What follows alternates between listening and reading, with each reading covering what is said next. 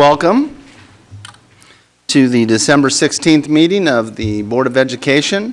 I'm the Vice President, Richard Harris. It's nice to see everybody. Let's move into public comment. I've got cards, and I will start first with Mark Graham. And Mark, we've got a 3-minute limit, you know? Okay, thanks. Good evening. My name is Mark Graham, and I live in Davis. Of course, I've spoken to you all before in August, in October. Now I know more than I knew back at the time.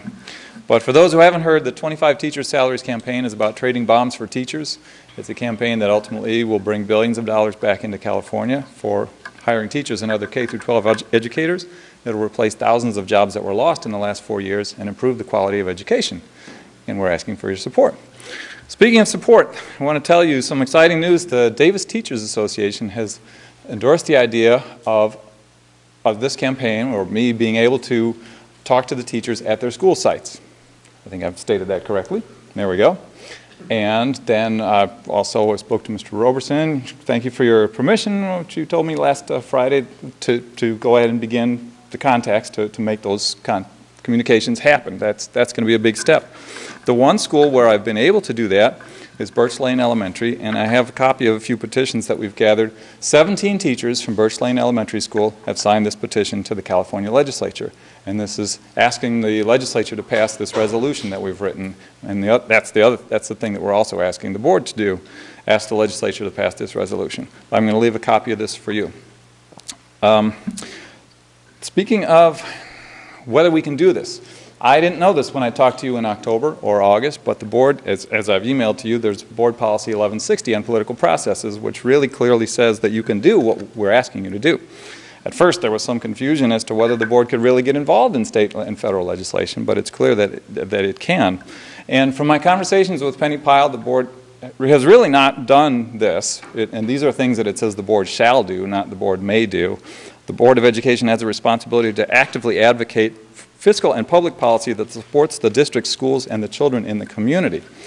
Well, what I emailed the board this week was a proposed coordinated plan, and this same policy says that the superintendent shall establish a coordinated plan for carrying out the advocacy agenda. And as you read it over, what you'll see is the indented words are what we're proposing that the board can do and that the superintendent can do to not only fulfill your obligations here, but to adopt a legislative position and help make it happen. I think that it's a good idea to solicit community input. I was just at a peace rally this afternoon, and there were about 48 of us. I counted 48 by the Ag Building at 5th and G, and I had a minute to talk to the crowd about trading bombs for teachers, and we said, how many people would support this? And just about everybody raised their hands.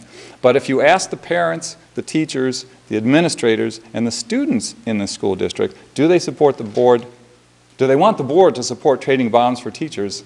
Well, you'll find out. I don't know. But I really think that they will give you an opinion loud and clear. And beyond that, your staff report on this matter as to what the fiscal impact would be also important for you to receive. Thank you. Dick Livingston.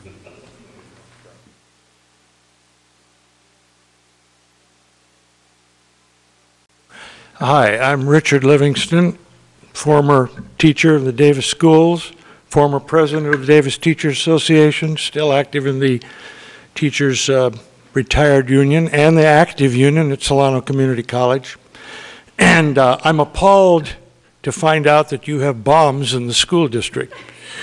Thank you, Mark, for telling me about that. I think you should get rid of the bombs and get 25 teachers. But of course, if you aren't the culprits, I think you know who they are.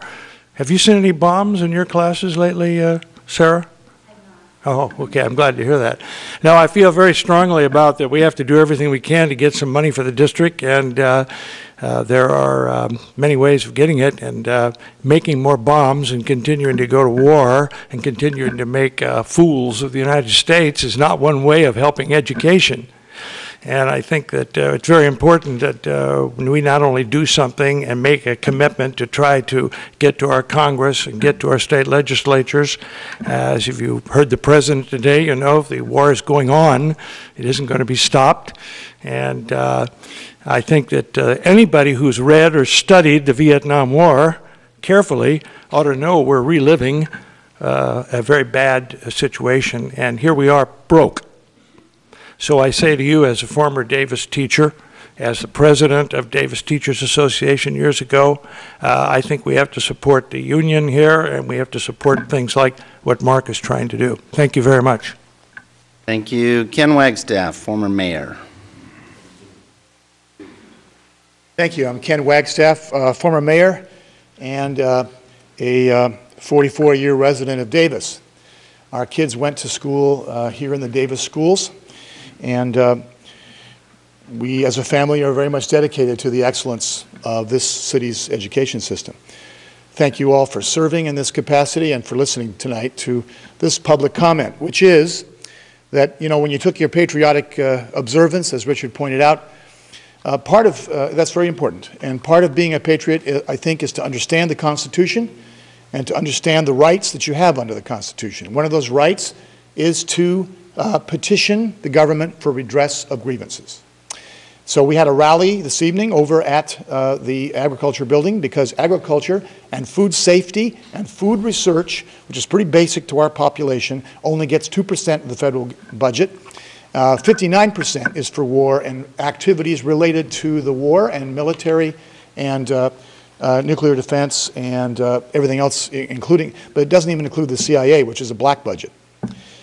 So I just want to say that we had 50 Davis citizens there expressing concern about that and talking about ending the federal deficit.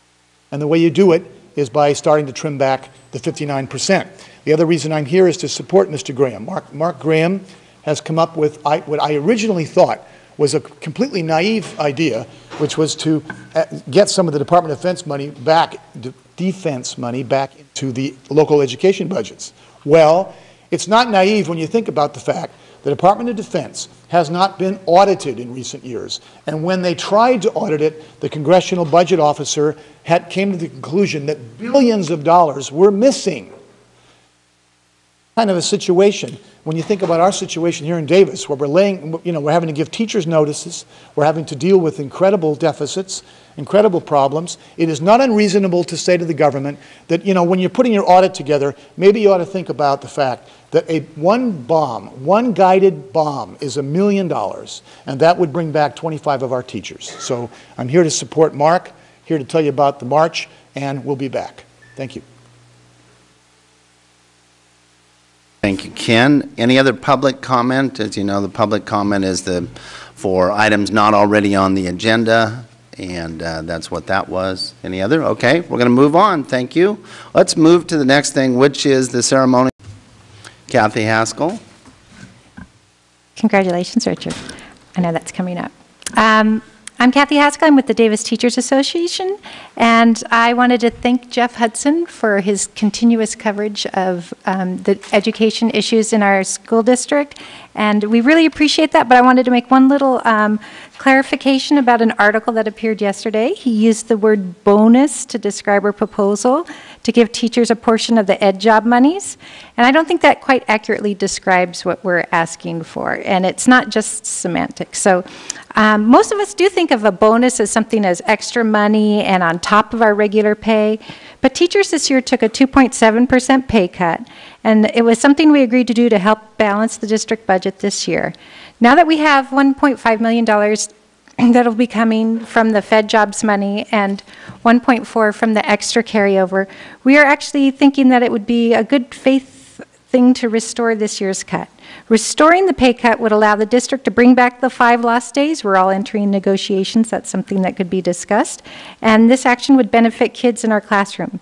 Tonight, our Sunshine proposal is on for its second reading, and we're just hoping that the district resources would go first to the items that are most essential for student learning, and we think that teachers are the most important component to student learning and achievement, and those school days as well. Thank you. Always with the first word. Very provocative and heartfelt. Kathy, thank you. We look forward to working with DTA as we move forward. I can't really think of anything else. Everybody have a happy holiday. That's pretty much it. Thank you. Thank you, Jim.